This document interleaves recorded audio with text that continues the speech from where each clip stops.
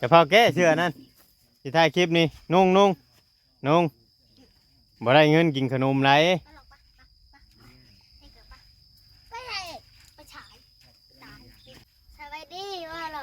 ไปดีอยู่มายังเงินแข่งเจ้าคือมีแต่ตุ่มแทบุญเพลงมันบาดโดยเหรอพ่อเจอดื่มได้ปลาคือมุมเมาคือมอมแมมแทบันฮะไปงุ้มหอยไล่บ่หอยนะมอนี่มอยังก็กันดื่มชื่อตัวแหละไผ่คือมีแต่กี่ต้มแท้น้ำหูนะไผ่ไปเกลือกน้ำกี่ต้มข้างเป็นยังข้างน่ะเป็นสีดำบ่ไผ่กินดินอ๋อโมเมนต์รถไทยก็กินดิน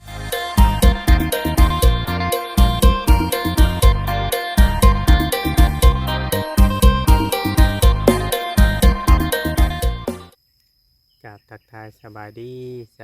พ่อแม่พี่น้อง FC ที่หักแพงเนาะเพียงเนาะเบิดสุขุสุคนเบิดสมองสุบอนพี่น้องเลยว่าจะเป็นทางฝั่งไทยหรือว่าแม่ FC ทางฝั่งลาวเนาะผู้ที่อยู่ทางต่างประเทศนำเด้อเนาะพี่น้องเนาะ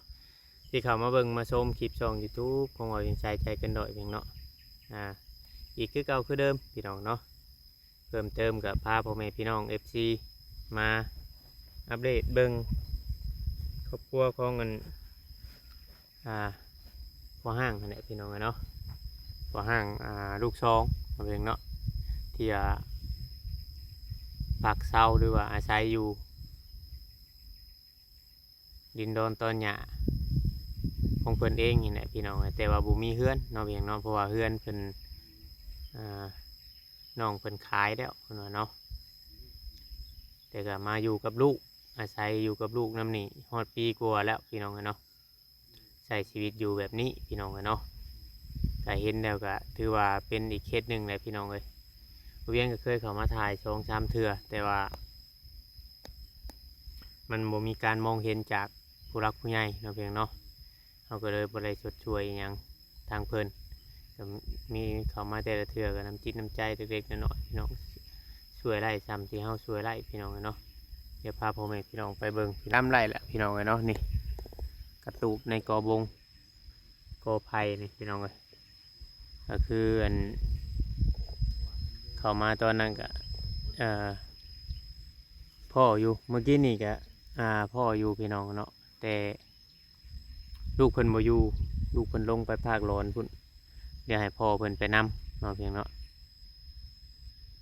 ไปนำลูกเพิ่นมาก็ถือว่าเป็นเคสอีกเคสหนึ่งพี่น้องเลยเนาะที่นักหน่วงพอสมควรแต่เราอยู่เลี้ยงลูกเราแบบนี้เราก็อยู่รอดแบบว่าเราก็สิขยันเติบมันเนี่ยพี่น้องก็ปลูกมันปลูกหยังเนาะกล้วยตูนปลูกมันปลูกหยังกระถางเดินที่อยู่ของเรานี้ปอกแตกไปพี่น้องเนาะวันนี้ก็สิมาอยู่กันอยู่3 คนพี่น้องเนาะมีทั้งบ่จอยแล้วก็พอแก่น้อยพี่น้องกำลังมาอันนี้ก็คือว่าก็น้ำไม้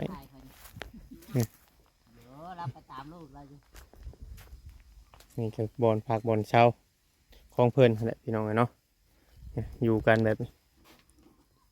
อันนี้ก็ติบเขาเราเหมาะเราพี่น้องเนาะพุ่นมายักเสียงแช่อยู่เทิงพุ่นมายัก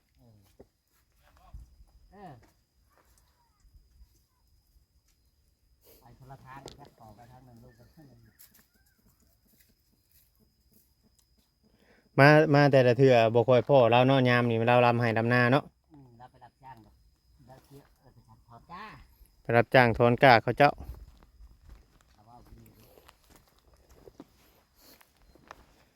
มีงัว2 โต้เราก็ได้กับรถไถห่างคันหนึ่งแต่ว่าใช้ยังไม่ได้ละรถไถก็โอ้มันเรางามเนาะมันเรางามเนี่ยนี่เราปลูกป้ายปลูกพี่น้องพอได้เงินเลี้ยงลูกแล้วแต่ถือว่า ได้หลายเติบอยู่ได้นี่ครับมันนั่นตะกี้เราก็จะปลูกไปเบิดนั่นแหละแต่มันตายไปน้ำแถวน่ะ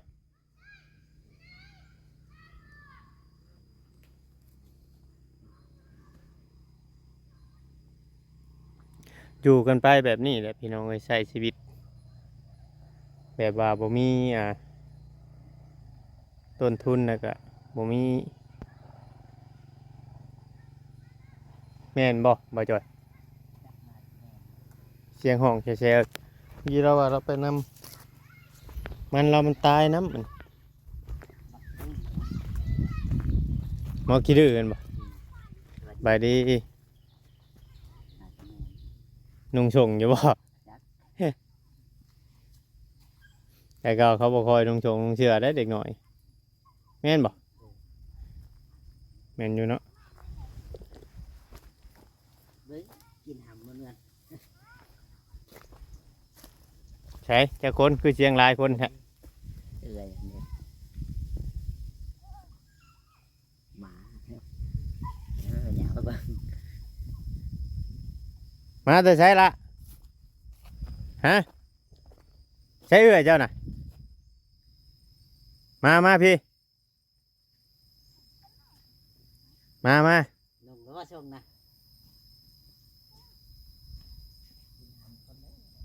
มีไผอีกมานำน่ะฮะคือหลายคนแท้บ้านเอ้า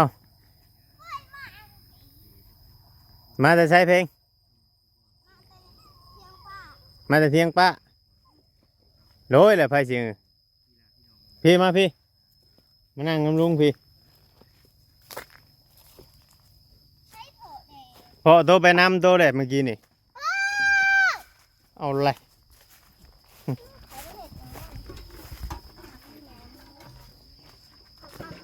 แต่พอแก้เชื่อนั่นที่ถ่ายคลิปนี่นุ่งบ่ได้เงินกินขนมไร ไปไหนไปฉาย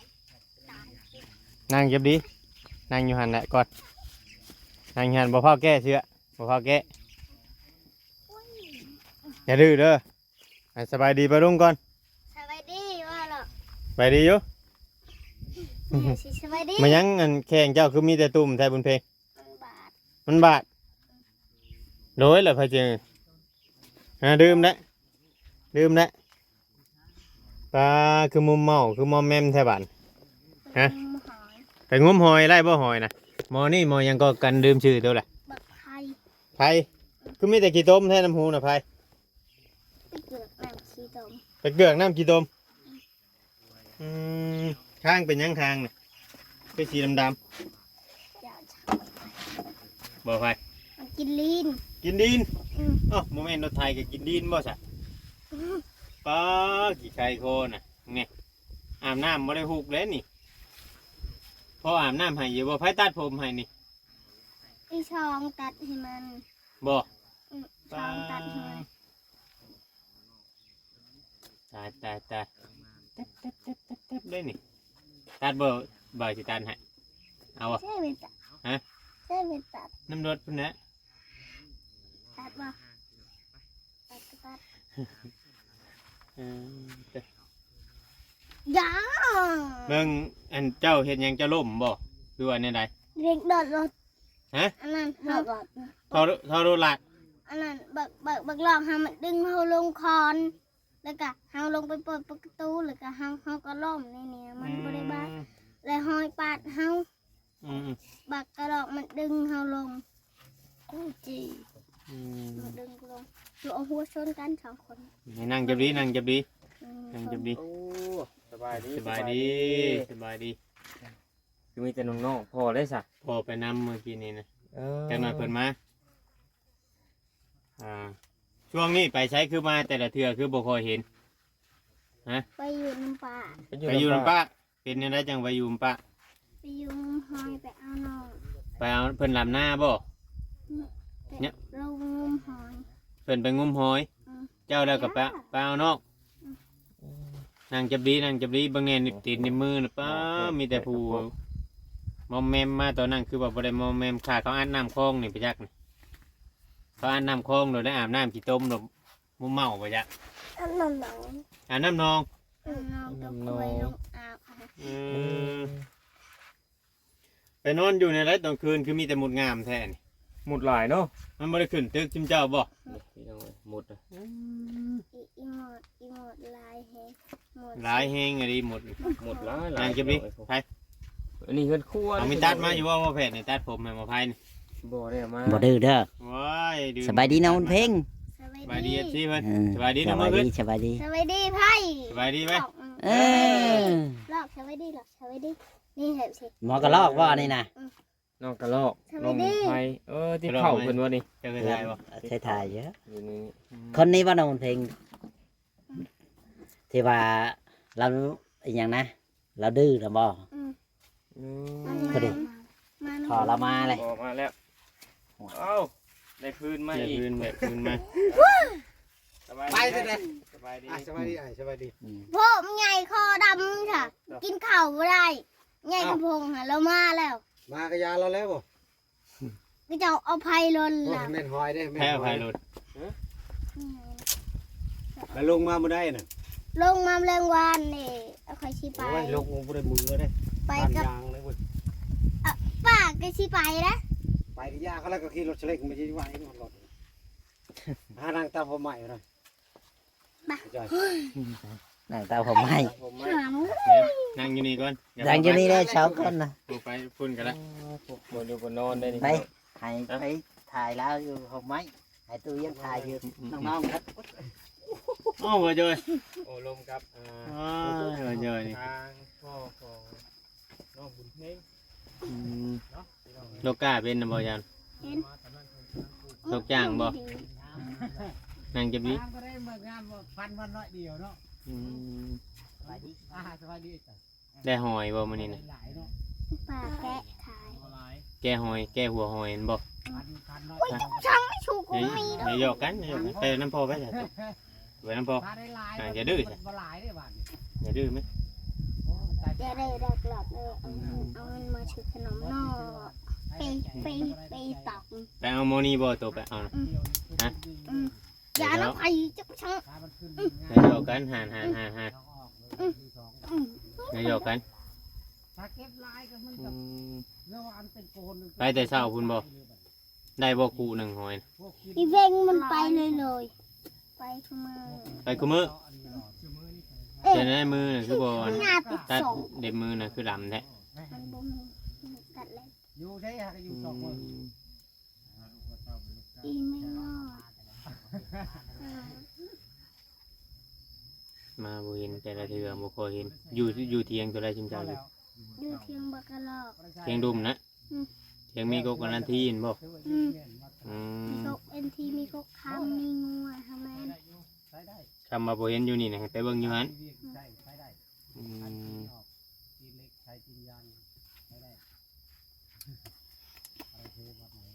ถือว่านั่นเติบเลยพี่น้องเอ้ยใช้เอายังหนึ่งของน้ำบัน พุ่นเหนือเติม ปวดอยู่ใช้ พุ่นน่ะมันเกิดสน อันนั้นตัวขาดนั่นตัวเก่าบ่อืมกินกับยังมื้อนี้เขาน่ะ บัวจักและบักไข่อยู่ห้องบไดอยู่ เจ้าบ่ได้อยู่เจ้าบ่ได้นอนนี่เมื่อคืนนี่จะนอนนี่ใช่ เทียงบักกะลอก นอนเที่ยงหมอนี้อืม โอ้ยลูกค้าวันนี้คนง่ายหน้าทงก็ง่ายก็ง่ายอยู่พอโลกหน้าทงก็พอโลกเขาไปเที่ยวได้ เติบหนึงพี่น้องเนาะใช้ชีวิตกันบางกว่าหมดตอนทำตอนคืนตรงสิตุกลืมมีแต่หมดพวกนั่นบ่ลืมกัดเปิดบ่ หมด อืมมีแต่ตัวใหญ่ หมดใหญ่หมดใหญ่นั่นหรอกเงามัน ๆมันบ่ได้ครบบ่ครับ ไปเอาแม่ อืม มัน เดี๋ยวไปเอาแม่มันมาโอ้ยหมอนี่ย่านได้ติ นี่แม่มันน้องนี่หลอกอะเดี๋ยวหมดแค่มาเลยเอามาซื้อขนมกินมาซื้อขนมกินไม่มึง ครับพี่กาย ข้าวหวาน ห่างบอกว่า3 มื้อแต่ปีนี้เลยตั้งแล้ว คือว่าเติมหนึ่งได้พี่น้องทำนอนตัวคืนได้นอนใช่ตัวนี้ตัวนอนใช่ละขับนอนตอนคืน ตลอด ไผตัวนอนใช่นอนเบื้องนี้บ่ แม่มอน นอนข้างนี้บ่นอนปิดหัวไปทางไหนทางพุอืมนี่พี่น้อง คนตกขั้นตกหนัก สิกินน้ำบ่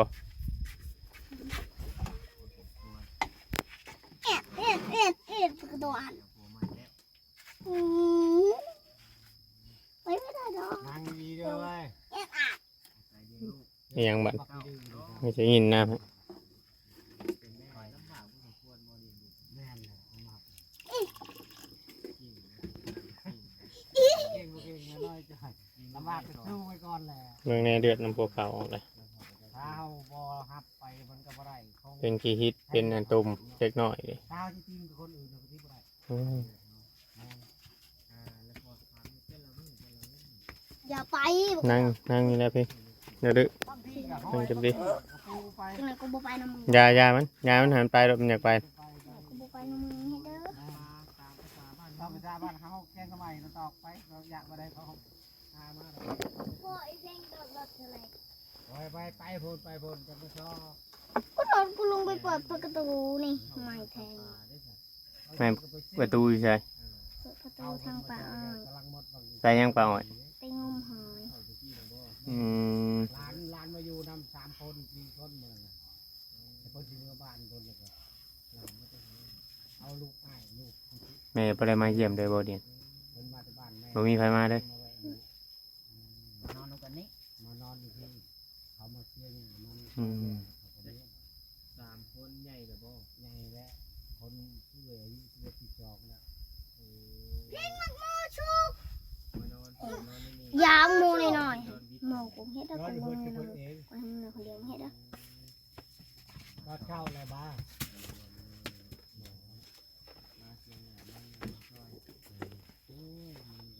แล่นนั่นแล่นนี่อยู่นี่นะข่อยนี่นะ เขาจะได้ปลูกเรียกว่าป้างชานปลูกนะ กัดหรอก น้อยก็ปลูกต้นน้อยอะไรปลูก กินหมากยังอ่ะ ปลูกป้าไว้ กินหมากยังหมากนี่กินได้บ่นี่ คนไปขายเนี่ย โดดลงก็ซื้อบ่ ทีมงานนี่มัน กินได้แต่หมากสุก ชุกมันชุกน่ะกินได้ ว่าลงเลยตี ดิบน่ะกินบ่ได้ชุกน่ะมันเป็นสีหยัง มันเป็นชีคือมันได้เป็นชีแดง เอาของดีของพวก กินได้บ่ครับมันชุกน่ะ ๆกินได้ โอ้หวานบ่ หวานอุ้ย ในห้างเขา จะไปเฮ็ดกัน เอา จะเอางัวไปเลี้ยงบ่ เอางบไปผูกไอเตียงปลาเขามันมี อืมน้ำในนี่อาบแบบบ่ได้มีไผหุบเลยนะ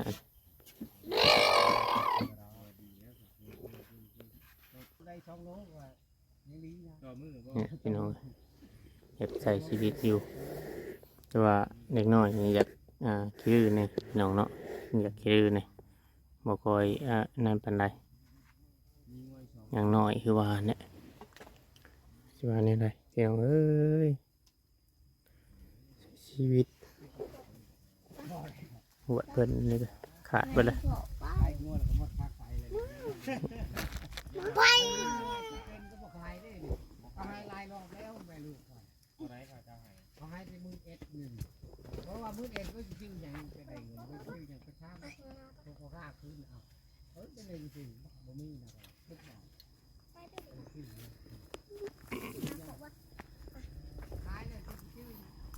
เขาบ่รู้ไม่ถูกค่อย เนี่ยพี่น้องเนาะก็อยู่อันดุมคันพายพี่น้องเนาะดุมคันพายนี่ ถ้ามันลายมันหลายถ้ามันมีมันยาก มันอยู่มันเช่าใส่ชีวิตไปแบบนี้บ่ฮู้ว่ามือไรสิอันนั้น วันพันกันให้วัน สิ่งสุดท้าย นั่นแหละพี่น้องเอ้ยหลังจากที่ว่าเลิกลากันกับเมียเนาะพอสำนี้ ลายชาระอยู่ คือว่าเก่งก็คือพวดนั่นแหละ มีแต่ว่าประมาณนี้แหละพี่น้องเอ้ยเนาะคลิปนี้ก็มาถ่ายให้พ่อแม่พี่น้อง FC เบิ่งในกระต๊อบของอัน บ่เขาพร้อมเขาน่ะ อย่างไรก็เบิ่งชมไปนำกันพี่น้อง FC พี่น้องเนาะฝากกดไลค์กดแชร์หน่อยเด้อพี่น้องไอ้คลิปนี้กันเล็กน้อยน่ะขาดการเรียนขาดการอบรมหนังสือน่ะพี่น้องแต่สิอยู่ในจุดแบบนี้นี่โอ้ยบ่เป็นหนังสือพี่น้องเนาะคลิปนี้ประมาณนี้แหละพี่น้องผิดพลาดก็ต้องกราบขอโทษขออภัยนำอยู่ดีมีแห้งพี่น้องเนาะขอกล่าวคำว่าสบายดีพี่น้อง